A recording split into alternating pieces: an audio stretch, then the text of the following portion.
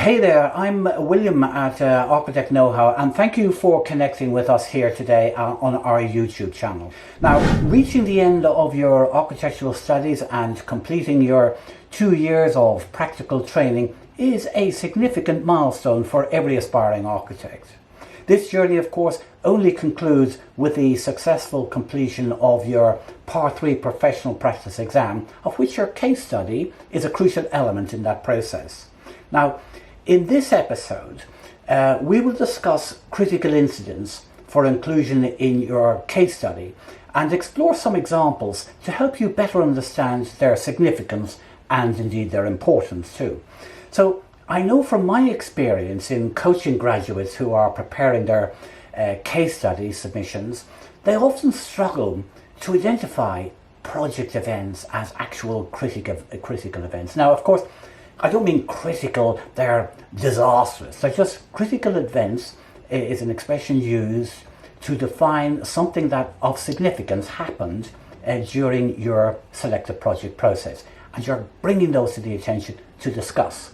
Now, some graduates may dismiss certain events related to their particular selected project as insignificant or sometimes even irrelevant, when in fact, with a bit of guidance and assistance, these events can be developed into compelling critical incidents that fulfill the necessary criteria. Today, we're going to discuss that key element when preparing a competent Part 3 case study submission, namely highlighting a critical incident for what it is, or an event for what it is.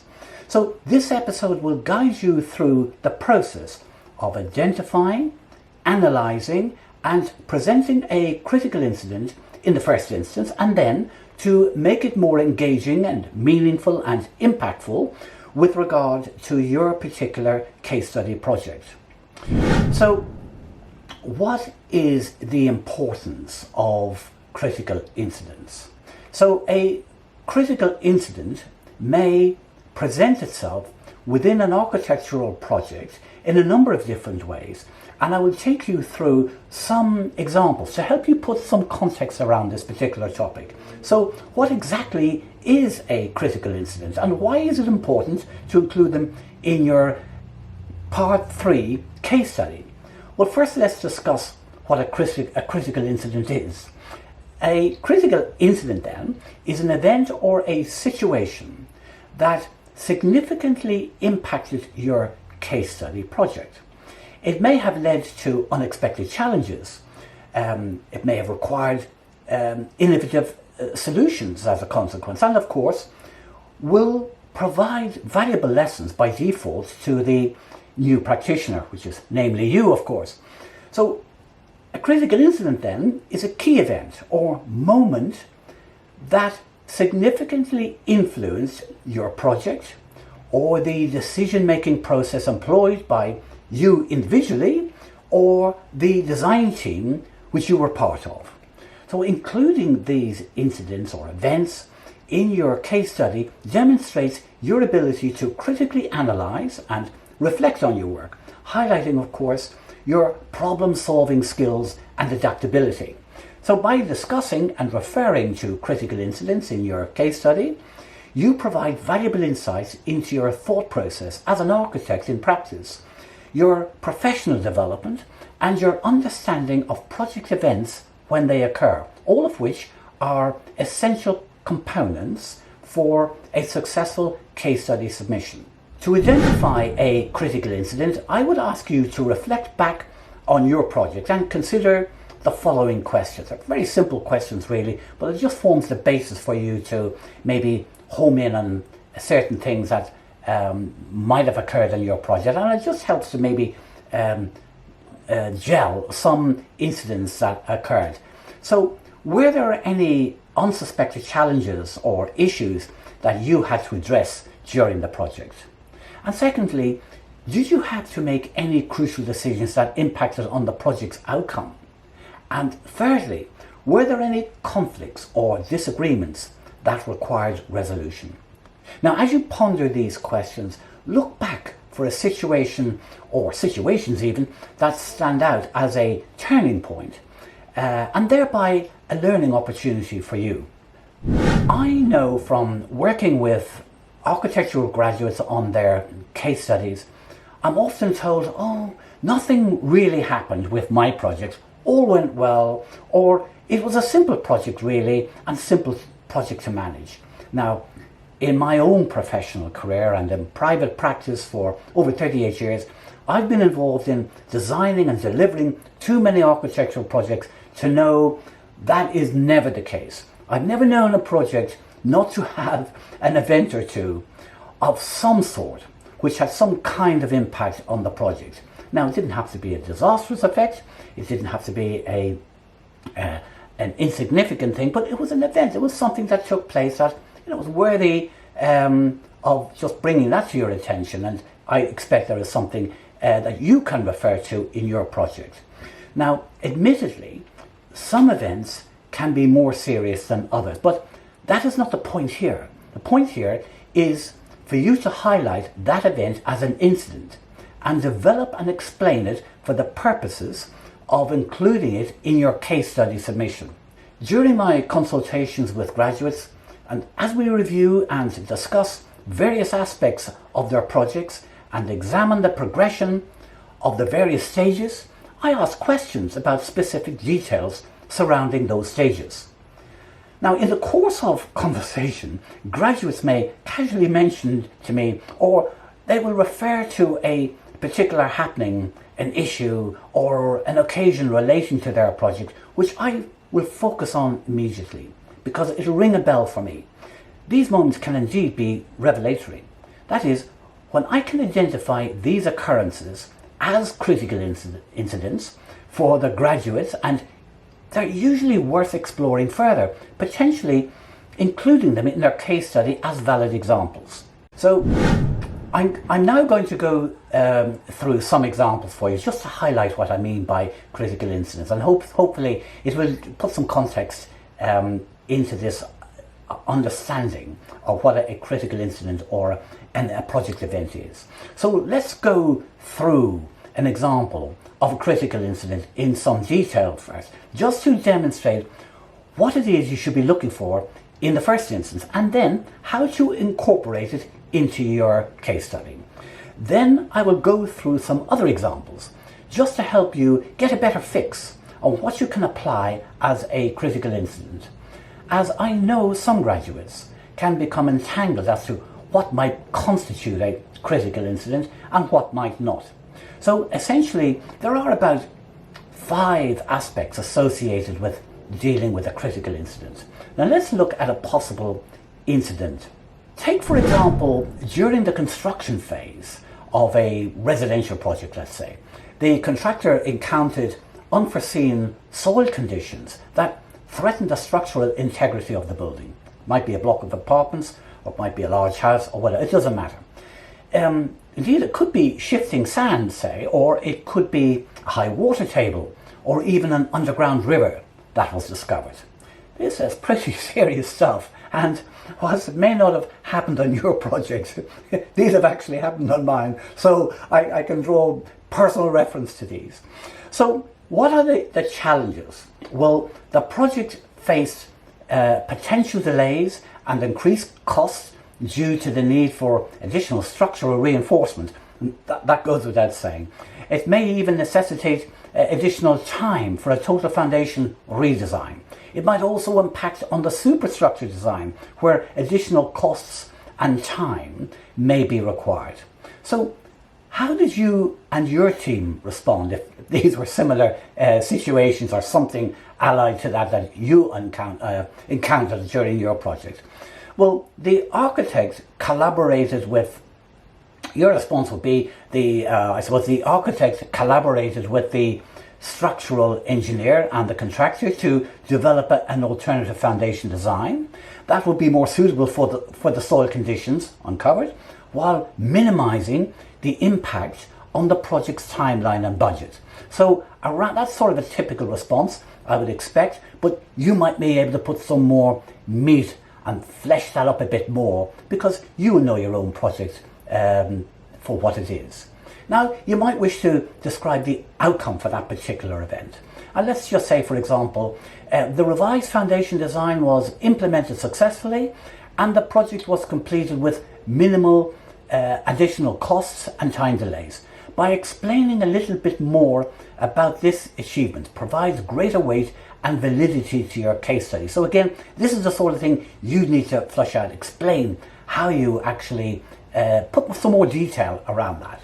Now, the team gained, could go on to say, the team gained valuable experience in addressing unforeseen challenges and adapted their approach. You may wish to expand on this more fully, just as I said, just to demonstrate your all-round understanding of the incident in question and what it took to arrive at a sensible and pragmatic solution.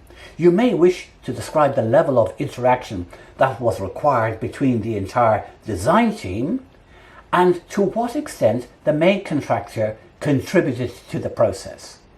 So you might say to yourself, well, what lessons were learned then? Because I'm trying to run through a typical example using this particular incident as to how you might approach it. Well, the lessons you might have learned would be, well, the incident highlighted the importance of thorough site investigations, effective communication between team members, and the ability to adopt and find creative solutions under pressure. You might wish to expand on what, in your opinion, could have been done better and why. Did all the design team contribute to this incident, or did some feel it was not under their specific area of expertise? Explain why that was the case and what could have been done better. In all of the above aspects referred to, you will know more about the specifics of your particular project and should be able to elaborate and expand on each of these so as to demonstrate your thorough knowledge and understanding of the incident and how it was managed by the architect, albeit perhaps in collaboration with other members of the design team. That's the total project design team. Now, I'm just getting my thoughts together. Let me now outline some more simple examples, and I won't go into so much detail about it, but let me outline some more simple examples, as I say, of what might be deemed worthy as an incident for you to highlight within your case study. They may relate to some aspect of your selected project, or they may act as a catalyst for recalling what event occurred in your particular project. So I'll just run through, I think I've got about 3 or 4 more examples, just maybe to help gel your memory on and get some instant recall. So the second example then would be maybe this. Let's take a look at our next example then, and we'll consider, suppose during the design process you discovered a significant site constraint, such as a protected tree or heritage building. Now, I know you would have already carried out your own site and planning research in advance, but even so, these sort of incidents do crop up at any time during a project. Again, I know from experience. Maybe something similar happened with yours. If such an event occurred at the pre-construction stage, this would require you to adopt your design and accommodate this constraint while still meeting your project's objectives in design terms. In your case study, you would discuss the challenges posed by this constraint, how and why it came about, how you addressed it, and the impact or not on your overall design approach. Now, this shows your ability to respond effectively and indeed decisively to unforeseen obstacles or risks, as they are sometimes referred to, and to make informed project decisions. After all, being an architect is not just about the building design, the design of the building. It's also about managing the project generally, whatever that may entail, and I can assure you it is much more than just the building design. Now, I'm going to go on to another example, and our next example is a change in the project brief, due maybe, say, to evolving clients' needs. Perhaps the client decided midway through the project to increase the building's sustainability requirements. Now, I know from personal experience again, this can be a trendy subject, but equally, some clients buy into it, some don't, and it's usually around costs, you know, whether they want the prestige of it or whether they just want the building without the prestige. And I know that. Now, in this case, you would describe how you adjusted your design strategies and materials to meet these new requirements and the impact it had on the project outcome in the end. Now, there could be time implications and additional cost implications as well. Now, this demonstrates your flexibility and willingness, of course, to adapt your approach in response to changing circumstances. Now, you've got a lot to talk about there, how you manage that. Okay, so I hope I've gelled something for you about that. Now, there is also an opportunity, of course, for you to explain how the change in your project budget was managed, how it was impacted upon, and did you have to design out other elements of the project to compensate for this design change to accommodate the new sustainability ingredients? And at what point in this redesign did you uncover the potential additional cost and report the same to the client? And what impact did this new cost information have on your project going forward? So maybe these new sustainability issues were instigated by some planning requirements. Now there's something else. And suddenly it became a vital ingredient with regards to achieving your planning permission. And you know, that does happen as well. During the course of your planning conversations and deliberations, that they're looking for this and they're looking for that, and okay, it wasn't necessarily in your original design considerations, but in order to get the planning through, that's something that has to be taken on board, and the client has to be kept informed about that at all times, because after all, the planning permission is the deciding factor, because without it, there is no project. That's just a by the by, I know. So I want to go through another example then. So another example of a critical incident could be could be a conflict with local planning regulations. Now, this is a topic that can be contentious, and you're bound to be confronted with during your architectural career. None of us escape that. Most of us are, as I say, that's for sure. And it is not just in the UK. I know it happens in other countries as well, whether it's New Zealand, Australia, the US. You know, none of us are exempt from that. So imagine you designed a building with an unconventional form, but it faced objections from the planning authorities and maybe those ubiquitous interested third parties I sometimes refer to. And they are also interested in your project. Naturally, we know who they are.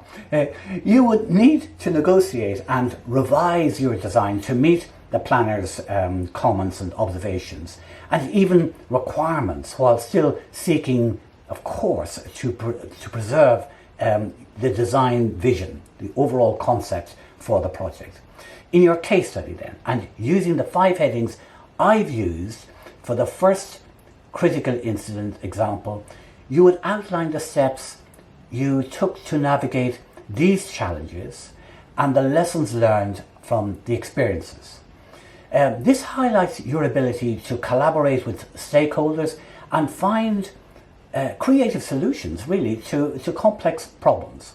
Now, I will place this example in the description below, so you can refer to them and use them as an aide-memoire. So you'll find them there. Just at this point, my colleague Mario has just asked me that if you like the information of this episode so far, he'd really appreciate your like. Many thanks for that. The next example I'd like to quote, I think this is the final example I can think of right now, is a critical incident involving teamwork and collaboration. So let's say your project faced a tight deadline due to an unexpected event, requiring the team to work closely and more efficiently to meet the target. You would discuss the strategies you employed to ensure effective communication, delegation of tasks, and time management, etc. This shows your leadership skills and your ability to work under pressure and commitment to delivering a high quality project despite the challenges. Now, citing critical incidents in your Part 3 case study is essential for demonstrating your analytic and problem-solving skills, your adaptability and professional development, of course. By including these incidents and events, you provide a comprehensive and insightful narrative that demonstrates your unique journey as an architect in practice. That's what we're talking about, getting ready to become an architect in practice. So, as you prepare your case study, be sure to identify and discuss critical incidents and events that have influenced your project and your decision-making process in some way.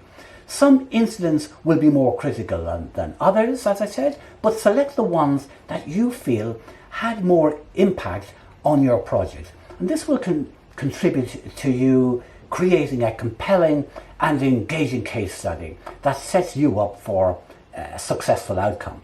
Now, you don't have to struggle alone when preparing your case. So Architect Knowhow is here to help you overcome any difficulties you may have in your case study preparation. So take advantage of our experience in helping graduates, as we do, with their case studies. You'll have access to personal written feedback.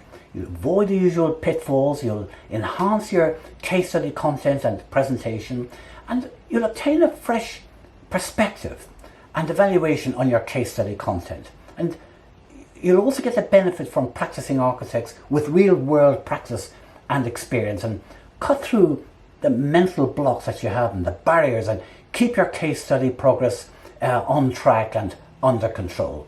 So if you want to maximize your case study potential and boost your opportunities of success, refer to Architect Knowhow's case study program. And again, I'll leave the link in the description below. You'll have access to all the information you need there. Give yourself the edge, I would suggest, to excel in your architectural journey.